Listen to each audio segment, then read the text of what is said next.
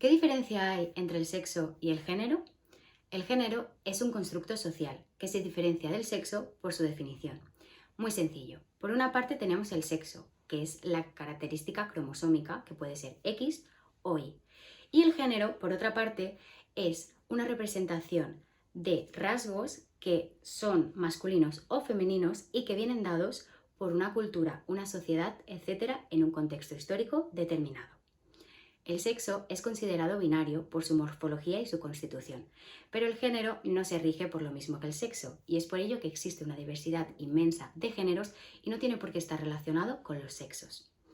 Hablando de la historia transexual, en agosto de 1966 tuvieron lugar las revoluciones máximas de la comunidad queer en la cafetería Compton.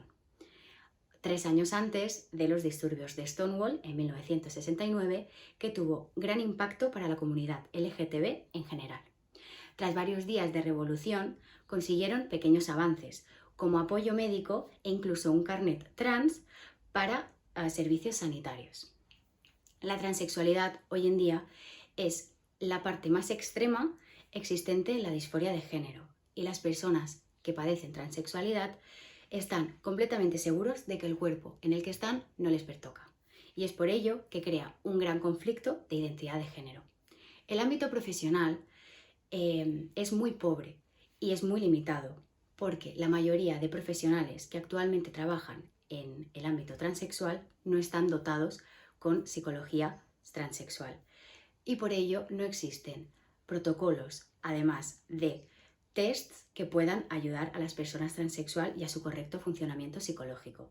Por ello, a pesar de que la transexualidad siempre ha tenido mucho escepticismo, el ámbito sociopsicosanitario es muy limitado.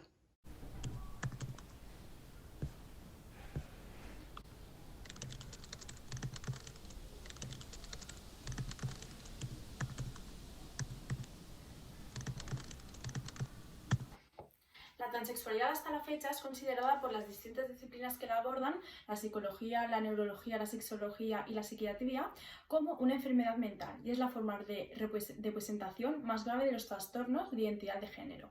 Este rótulo queda legitimado por su inclusión en las clasificaciones diagnósticas como trastorno mental. Pero es el único trastorno mental donde el objetivo terapéutico no es mejorar o eliminar los síntomas, sino facilitarlos a través del tratamiento hormonal y quirúrgico. El trastorno de la identidad de género es definido por las clasificaciones internacionales de enfermedades en vigor como un trastorno mental caracterizado por una identificación acusada y persistente con el otro sexo, por un malestar con el propio sexo y por un sentimiento de inadecuación con el rol genérico. Todo esto, por lo tanto, provoca un malestar psicológico y alteraciones significativas en el área social. Los documentos más relevantes donde se lleva a cabo un seguimiento de la historia del diagnóstico son los siguientes: el CIE, Sistema de Diagnóstico Oficial de la Organización Mundial de la Salud, seguido en la actualidad por más de 140 países con fines epidemiológicos y de investigación. La siguiente es la DSM, que se trata del Manual Diagnóstico y Estadístico de los Trastornos Mentales de la Asociación Americana de Psiquiatría. Y por último, los criterios de Fechner, que fue el primer documento elaborado por autores del movimiento neocaepeliano con propósitos de clasificación operativa de los 16 trastornos de mayor frecuencia clínica y fiabilidad estadística. En estos documentos hemos podido encontrar las siguientes fechas. En el 1948, en el CIE, introducen el primer capítulo y capítulo 5 dedicado a los trastornos mentales. Las desviaciones sexuales se incluyen en los trastornos de personalidad y los casos de transexualismo se incluyeron en ese apartado. En 1952, en la DSM, las desviaciones sexuales también las incluyen en los trastornos de personalidad y colocan la homosexualidad al mismo nivel que las perversiones sexuales. Alrededor del año de 1966, en el CIE, aparece el diagnóstico de transvestismo, que junto al de homosexualidad continúan dentro de las desviaciones sexuales y al mismo nivel que las parafilias. En el 1972, en los criterios de Fechner, se lleva a cabo la primera clasificación donde el diagnóstico de transexualismo debuta como una de las 14 categorías diagnósticas de mayor incidencia clínica. En el año 1978, el diagnóstico de transexualismo aparece por primera vez en la clasificación internacional, ubicado al mismo nivel que las parafilias y las disfunciones sexuales.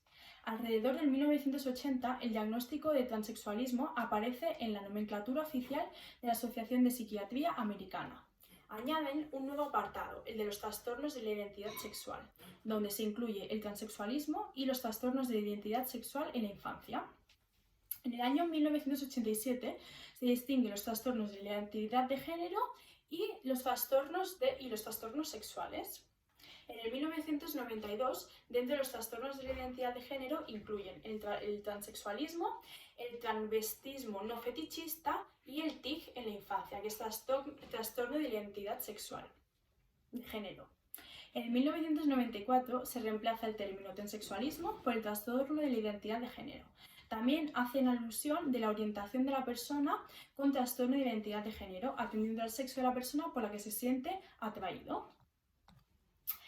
Por último, cabe mencionar que Judith Butler, que es una psicóloga estadounidense que ha realizado importantes aportaciones en el campo del feminismo, de la psicología y de la filosofía política y la ética, en el año 1994 planteó el género desde una perspectiva teatral performativa. Define el género como performativo, es decir, que nadie tiene un género dado desde el inicio, sino que se produce mediante la repetición cotidiana de las normas de género. Actualmente hemos conseguido contactar con el psicólogo especialista en psicología de la identidad de género, fundador de la consulta de psicología de la identidad de género aquí en Baleares, en Son Espases, al cual nos contestó a dos preguntas muy rápidas y sencillas que nos ayudaron a saber la evolución que ha tenido desde aquí, desde Baleares, desde algo que tenemos realmente cerca, la psicología que estamos tratando. La primera pregunta que le hicimos fue que cómo ha evolucionado desde que la inició hasta ahora, a lo que nos contestó que hay una evolución muy favorable, que primero había una concepción psicopatológica de la transexualidad, pero actualmente, anteriormente también tenían que llevar a cabo una serie de evaluación clínica para determinar que no estaba acompañado de ningún trastorno de la personalidad, pero aún así hoy en día se sigue teniendo que hacer esta evaluación clínica para saber si estas personas transexuales desean pasar por el cambio de género total, llevando así el tratamiento hormonal, el cambio de nombre del registro, según lo establecido en el artículo 4 de la Ley 3/2007 del cambio de nombre registral. Pero como él dice que esta evolución ha sido favorable, porque desde el ámbito sanitario se ha dejado esta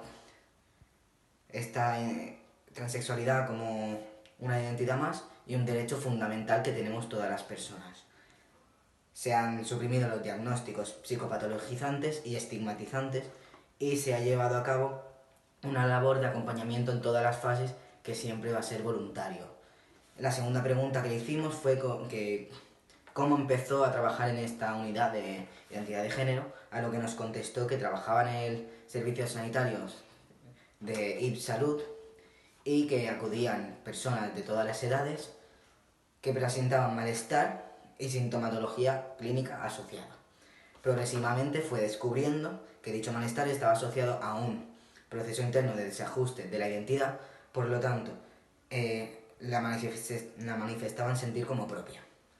A partir de entonces se empezó a interesar por las identidades de género, llamadas no normativas, hasta impulsar la creación de una consulta específica de atención a las personas transexuales en el sistema público de salud.